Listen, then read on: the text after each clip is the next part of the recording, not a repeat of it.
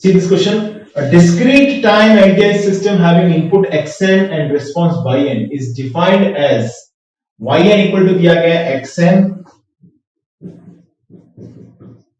xn for n greater than 0, 0 for n equal to 0 and xn plus 1 for n less than 0. ये दिया गया है. Okay, बोला गया है इफ, ये क्यों कुछ नहीं, if p is linearity, p किसको डिफाइन कर रहा है? लीनियरिटी को डिफाइन कर रहा है. Okay, p is linearity, q is time invariant, okay, r is causality, r define कर रहा है कि ये कॉजल है कि नहीं, causality, s is for stability here, okay, ऐसा मेंशन किया गया इसमें. देन अबव सिस्टम इज, तो पूछा है कि ये सिस्टम है क्या? PQRS है, P बट नॉट QRS है, PS बट नॉट QR है, PR बट नॉट QRS. इन चार ऑप्शंस में से आपको सेलेक्ट करना है. यानी कि जो रिलेशन दिया गया yn xn का वो आपके सामने है ये. अब इसमें से आपको बताना है कि लीनियरिटी का क्या हुआ, टाइम इनवेरिएंट का क्या हुआ, कॉजल का क्या हुआ, स्टेबिलिटी का क्या हुआ. इतनी सी बात है. ठीक है, रिलेशन आपके पास है. चलिए सबसे पहले बात कर लेते हैं दोस्तों लीनियरिटी. पहला पैरामीटर इसमें क्या दिया है? लीनियरिटी. क्वेश्चन देखो जरा ध्यान से, yn इक्वल टू xn दिया गया है n ग्रेटर देन 0 पर. मैं कोई भी एक रिलेशन उठा लूं इसमें से, मान लीजिए मैं पहला वाला लिख लूं, तो yn इक्वल टू xn है, n ग्रेटर देन 0 का मतलब क्या है? n की यहां पर पॉजिटिव वैल्यूज हमें लेनी है. इंटीजर होता है हमेशा, तो 1 2 3 4 5 6 7 8 9 10 ये हमें कंसीडर करना है. ठीक है, अब मैं देखिएगा इसमें सबसे पहला प्रिंसिपल हमारे पास वही है, क्या है? सुपरपोजिशन. उसको अप्लाई करके देखते हैं. तो yn इक्वल टू xn है, इसके अंदर सुपरपोजिशन फॉलो नहीं होगा तो फिर कहां होगा? दुनिया में कोई एक्सप्रेशन है ही नहीं जिसके अंदर होगा. ओके, तो मैं इतना तो बोल सकता हूं. इसे क्लियर हो गया? अब yn इक्वल टू यहां पर 0 है, तो 0 को तो कोई फर्क पड़ता ही नहीं है. किसी चीज का एडिशन कर दो, 0 प्लस 0 को 10 बार लिख दो, 20 बार लिख दो, तो वो भी सुपरपोजिशन फॉलो करेगा. तीसरा यहां पर फॉर्मेट क्या है? yn equal to xn plus 1 है, इसके अंदर भी सुपरपोजिशन एग्जैक्टली फॉलो होगा. इतना डिस्कशन हमने कर लिया है सुपरपोजिशन के प्रॉब्लम्स पर, सो आई होप कि कोई बहुत नई चीज वो नहीं है. तो इन सभी में सुपरपोजिशन फॉलो हो रहा है. अब बात कर लेते हैं होमोजेनिटी की. होमोजेनिटी मतलब ए का मल्टीप्लाई करना. तो यहां करोगे तो यहां भी होगा, यहां कर दोगे तो ओवरऑल पे हो जाएगा. तो होमोजेनिटी भी इसमें सेटिस्फाइड है. यानी कि ये लीनियरिटी तो बहुत आसानी से हमने कंक्लूड कर ली कि है इसके अंदर. अब जिनको ये बात हजम नहीं हो रही है उनको एक सजेशन मैं दूंगा, पहले तो लीनियर नॉन लीनियर का जो डेफिनेशन मैंने डिस्कस किया है वो अटेंड करें आप. फिर वहां पर मैं बहुत सारे क्वेश्चंस कराए हुए हैं, उसको सही से अटेंड करें. आफ्टर दैट मेरी हेल्प की जरूरत नहीं पड़ेगी इसको आंसर करने के लिए आपको. ओके, चलिए, तो अब आपके पास लीनियरिटी का तो आंसर मिल गया भाई, आपकी ये लीनियर है, दैट्स ओके. अब देखते हैं टाइम का क्या हुआ. टाइम इनवेरिएंट है, टाइम वेरिएंट है. देखो yn इक्वल टू है xn for n greater than 0 and it is 0 for n equal to 0 and xn plus 1 for n less than 0. yn और xn के बिटवीन जो रिलेशन है वो n ग्रेटर देन 0 पर क्या है? xn है. g इक्वल टू 0 पर क्या है? 0 है. xn प्लस 1 कब है? n लेस देन 0 पर. यानी कि जो टाइम है वो अगर मैं ग्रेटर देन 0 लेता हूं तो वो अलग रिलेशन को डिफाइन करता है yn xn में. ओके, 0 लेता हूं तो 0 आ जाता है, n less than 0 लेता हूं तो xn plus 1 आता है, which means I can clearly say here this is varying with respect to time as usual. So it is what basically this is time variant. Okay, अब देखना है मैं causal है कि नहीं. कॉजल में क्या होगा? याद करो क्या लिखते थे कॉजल में? Depends on present and past, that makes system causal. यानी कि हमारे पास जो रिलेशन है वो ये yn इक्वल टू है xn जब n ग्रेटर देन 0 है, 0 है for n equal to 0 and x of n plus 1 है फॉर n लेस देन 0. ये रिलेशन हमें दिया गया है. ओके, अब हमें देखना है इसका कॉजल और नॉन कॉजल नेचर. तो अब आपको मालूम है जब भी हम बात करते हैं कॉजबिलिटी की तो हम देखते हैं कि आउटपुट जो रिस्पांस जनरेट हुआ है सिस्टम का वो किस पर डिपेंड कर रहा है? प्रेजेंट पास्ट पर डिपेंड कर रहा है या प्रेजेंट पास्ट के साथ साथ फ्यूचर वैल्यू ऑफ इनपुट पर भी डिपेंड कर रहा है? इससे हम डिसाइड करते हैं कि वो कैसा सिस्टम होगा. यहां पर तो सारा कुछ, जैसे मान लीजिए मैं पहले वाले की बात करूं तो n ग्रेटर देन 0 में हम कुछ भी कंसीडर करें, 1 ले लिया, है ना। तो n इक्वल टू 1 हमने लिया तो हमने देखा कि y1 इक्वल टू x1 आ गया, 2 लिया तो y2 इक्वल टू x2 ले लिया, 3 आया तो y3 इक्वल टू x3 आ गया। That means it's all about the present input. यहां पर ये किस पर डिपेंड कर रहा है, सिर्फ प्रेजेंट इनपुट पर डिपेंड कर रहा है। अच्छा n इक्वल टू 0 पर इसकी वैल्यू 0 है।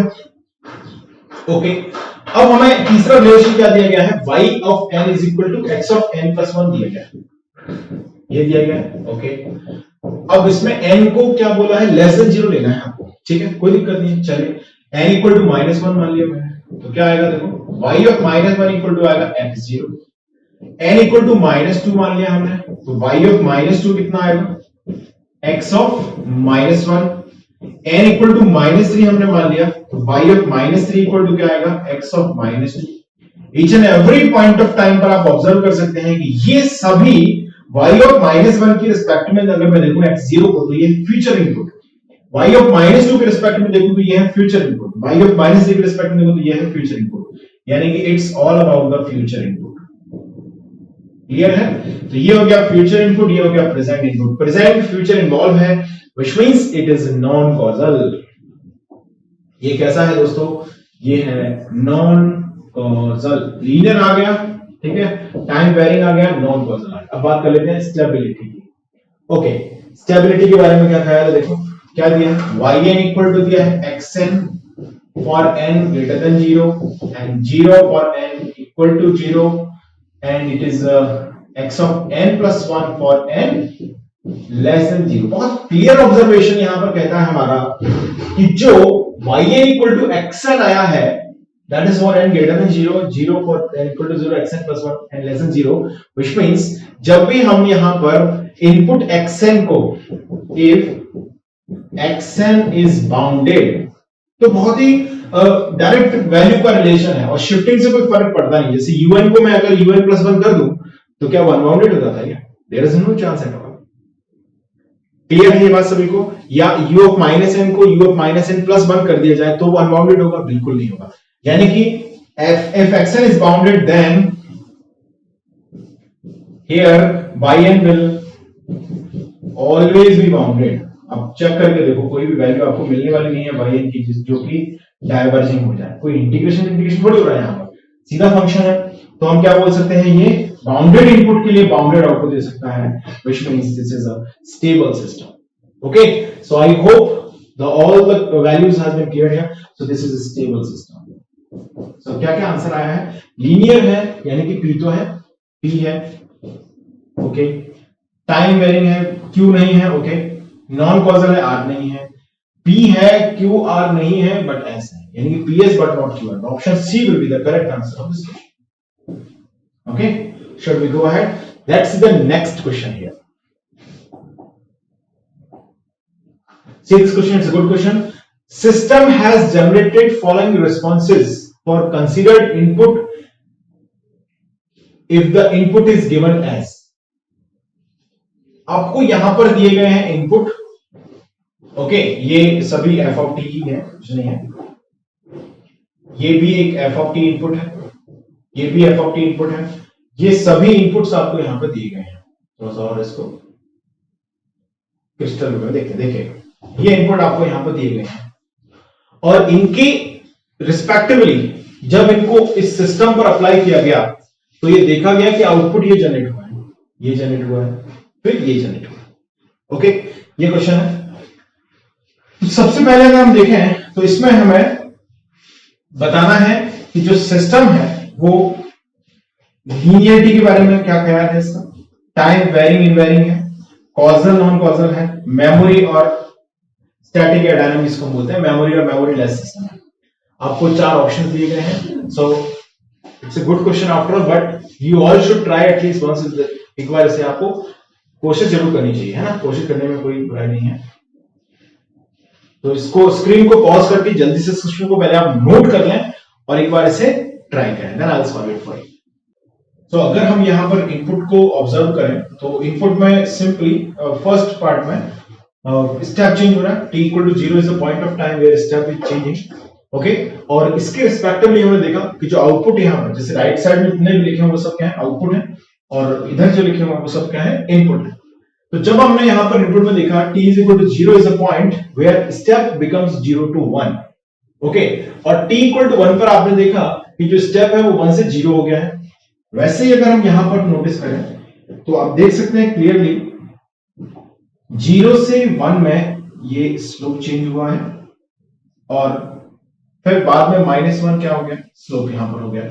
लेकिन 0 से 1 का अगर हम नोटिस करें तो 0 से 1 का यहां पर दिया गया, तो साथ में हम ये बोल सकते हैं 0 से 1 जो है वो एजेस यहां पर फॉलो हो रहा है, लेकिन इसकी विड्थ कितनी है, 1 से 2 भी है। बेसिकली इसकी विड्थ है 0 से 2 की और इसकी विड्थ है 0 से 1 की।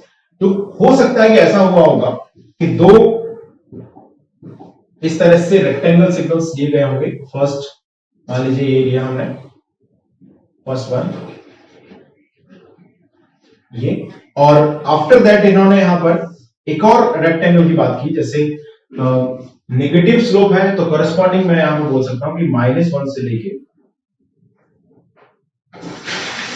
0 और 0 से -, इस तरह से यहां पर एक और हमने स्टेप कंसीडर किया है, लाइक 1 से 2, ओके।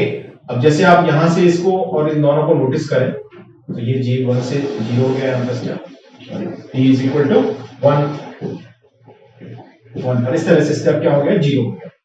तो अगर मैं इन दोनों को कंबाइंडली ऑब्जर्व करता हूं, व्हिच मींस इस f ऑफ t जो सिग्नल हमारे पास है उसको हम क्या करें, किसी अमाउंट से शिफ्ट करना है। कितने वैल्यू से, 0 से यहां पर 1 इसकी विड्थ है, अगर मैं इसे 1 से 2 के बीच में लाना चाहता हूं तो इसे मैंने शिफ्ट किया होगा। जैसे मान लीजिए हमारे पास ये क्या है, बेसिकली ये f ऑफ t है, ओके। अब मैं इसकी बात अगर करता हूं तो this is what exactly, this is f of t shifted by 1 and multiplied by some negative sign. So I can say this is minus f of t minus 1. Yes, बोल सकते हैं हम ऐसा।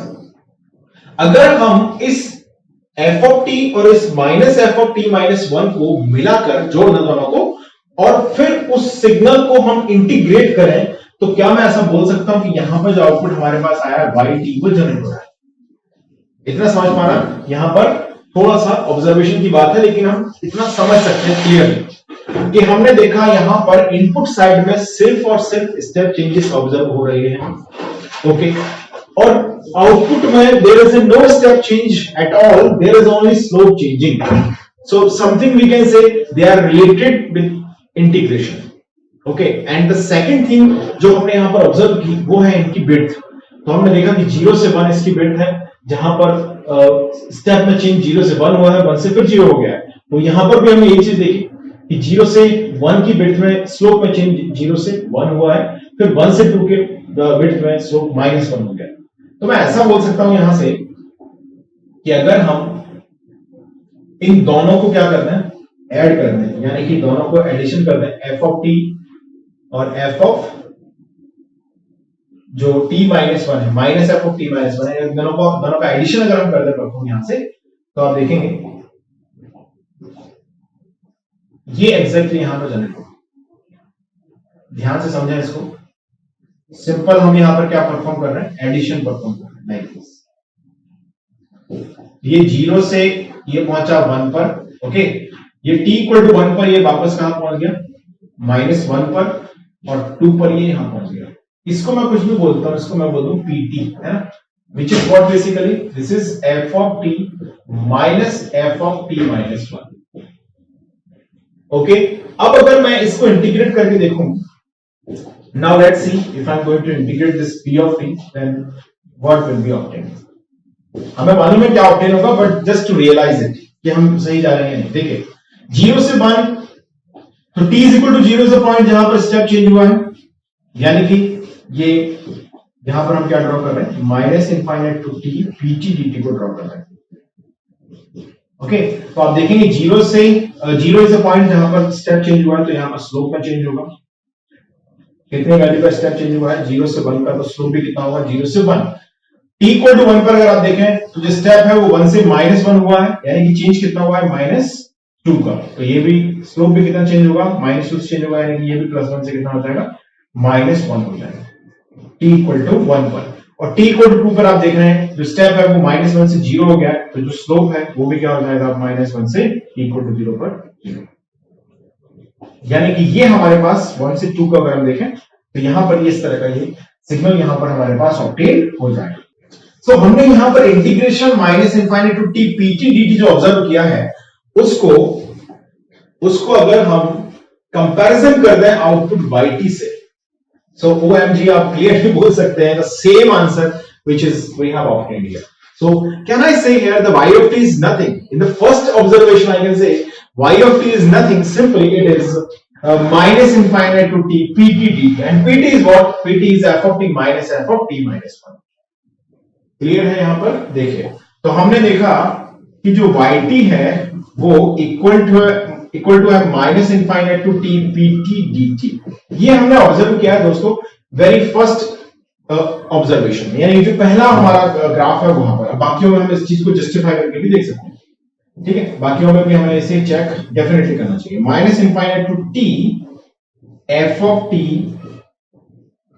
Minus F of T minus 1 dt, ये हमारे पास आ गया। This is F of T minus F of T minus 1 dt। Clear है इतना? This is y of t that we have obtained here। Okay, now let's see। ध्यान से अगर आप इसको ऑब्जर्व करें f of t को, तो यहां से हम ये पहले वाले में रिलेशन हमने ऑब्टेन किया। अब दूसरे में इस चीज को क्रॉस चेक करके देखते हैं क्या ये कितना सही है। ओके, ये कितना करेक्ट ऑब्जर्वेशन हमारा है। अब देखें आप 2 से 3, 2 से 3, 3 से 4, क्या बिल्कुल ऐसा बोला जा सकता है कि जो f of t है उसे किसका दिया गया होगा? किसी वैल्यू 2 से, है ना? तो ये जो 0 पे था वो 2 पर आ गया होगा, जो 1 पे था वो 3 पर आ गया होगा। तो वही हमने यहां पर एग्जैक्टली किया होगा कि ये जो yt है उसे किसका दिया गया है? 2 से। यानी कि मैं ऐसा बोल सकता हूं कि अगर ये f of t है, ठीक है, तो ft से आपने लिखा है फर्स्ट वाले में ft गिविंग yt। क्लियर है? पहले वाले का ये है, this ft is related with yt such that. Clear है? दूसरे वाले में हम क्या बोल सकते हैं? दूसरे वाले में कोई बहुत ज्यादा कलाकारी नहीं की गई, सिर्फ इन्होंने क्या किया है कि ft को खिसका दिया है वैल्यू 2 से, यानी कि हम बोल सकते हैं इसे राइट शिफ्ट किया है बाय 2। और yt में भी हमने ये ऑब्जर्व किया कि ये t - 2 हो गया है। ओके, अब देखते हैं थर्ड में क्या हुआ है। थर्ड में क्या हुआ है? थर्ड में अगर हम देखें तो हम ये बोल सकते हैं कि जो f of t है उसमें से f of t - 2 को सब्ट्रैक्ट कर दिया गया। क्या कर दिया गया? f of t - 2 को सब्ट्रैक्ट कर दिया गया है। और उसके बाद यहां पर इन्होंने जनरेट किया है y of t minus y of t - 2। Okay, थोड़ा सा अच्छे नंबर का चश्मा लगा के अगर हम देखते हैं, 0 से 1 में ये है, 2 से 3 में ये है, तो आप देखेंगे दोनों को ही क्या कर दिया गया? आपस में सब्ट्रैक्ट, फर्स्ट माइनस सेकंड कर दिया गया। आउटपुट में भी क्या हुआ है? देखो एग्जैक्टली यहां पर देखो, ये है ft, इसको हम अप्लाई करते हैं सिस्टम पर तो मिलता है yt।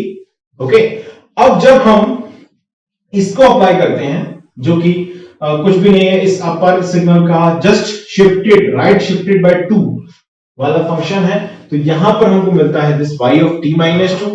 ओके, अब जब हम इन दोनों को सब्ट्रैक्ट करते हैं, दिस माइनस दिस करते हैं, फर्स्ट माइनस सेकंड करते हैं, तो जो थर्ड हमको मिलता है वो भी yt में भी यही हुआ है, फर्स्ट माइनस सेकंड करने पर थर्ड हमने यहां पर जनरेट कर लिया है। बात समझ में आ गई?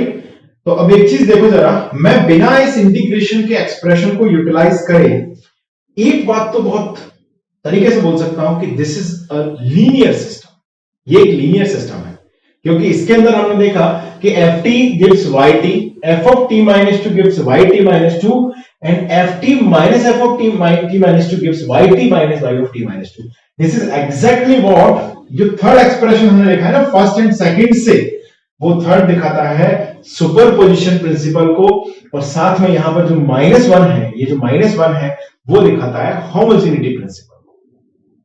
देखिए फंडामेंटल जो हैं, जो कॉन्सेप्ट्स हैं, जिन पर उतनी अच्छी, जितनी अच्छी ग्रिप आपकी होगी उतना ही आपका जो एनालिसिस है वो बहुत अच्छा होगा, प्लस आप क्वेश्चंस को बहुत जल्दी से क्या कर पाएंगे, उनको कॉन्सेप्चुअली अंडरस्टैंड भी कर पाएंगे। तो हम यहां बहुत क्लियरली ये चीज बोल सकते हैं कि first gives that, second gives this, and Third is nothing. First minus second. So minus means minus 1 is there. That means homogeneity has to be followed. So minus is also present between yt and yt minus 2 as minus is present here. So ये तो बहुत clear हो गया दोस्तों कि ये linear है.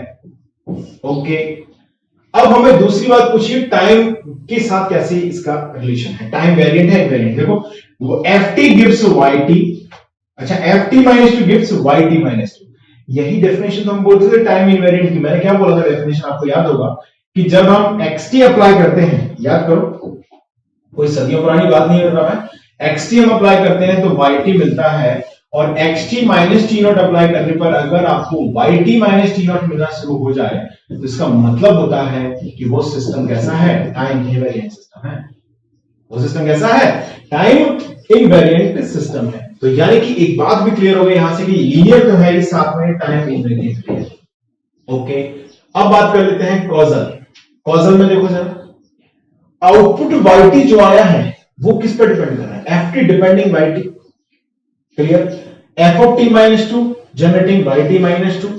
और अगर आप टाइम स्केल पर दोनों को प्लॉट करके भी देखें तो 0 से 1 में ये है, 1 से 2 में ये है. मतलब इसके अंदर हमेशा ही आप देखेंगे कि जो इन्वॉल्वमेंट है वो प्रेजेंट और पास्ट इनपुट्स का है. There is no future input. Which means हम ये बोल सकते हैं कि ये कैसा है, ये एक कॉजल भी है. देखो यहां से भी देख सकते हो. जैसे मान लीजिए मैं आपको t की वैल्यू पुट करके दिखाऊं इसमें, t0 तो y0 इक्वल कितना आएगा, माइनस इनफाइनाइट से 0 f of t dt minus infinite to 0 f of t minus 1 dt. तो आप क्लियरली यहां से देख के बोल सकते हैं कि ये जो है ये है दोस्तों पास्ट प्लस प्रेजेंट. पास्ट इसमें क्या क्या है, माइनस इनफाइनाइट से लेके 0 तक पहले से पास्ट है और ये it's all about the past input. यानी कि here dependency of yt on the present and past. आप इस एक्सप्रेशन से भी दोस्तों बोल सकते हैं इस चीज को, ft gives yt, f of t minus 2 gives yt minus 2. मतलब मेरा कहने का ये है, मैंने आपको दोनों अप्रोच बता दी है कि हम किस तरह से एक्सप्रेशन को लिख सकते हैं इस क्वेश्चन में, वो भी मैंने आपको सिखाया. और हम बिना एक्सप्रेशन को देखे भी हम इस क्वेश्चन को आंसर कर सकते हैं इतने सारे एक्सप्रेशंस के साथ. तो हमने देखा कि ये कॉजल तो है, ठीक है ना. कैसा है ये, कॉजल है. क्योंकि आप देखें इसमें ft gives yt, f of t minus 2 gives yt minus 2, f of t minus f of t minus t gives y of t minus y of t minus 2. Causal है. मेमोरी है, बिल्कुल है memory. Past पर dependency है इसकी तो memory भी है.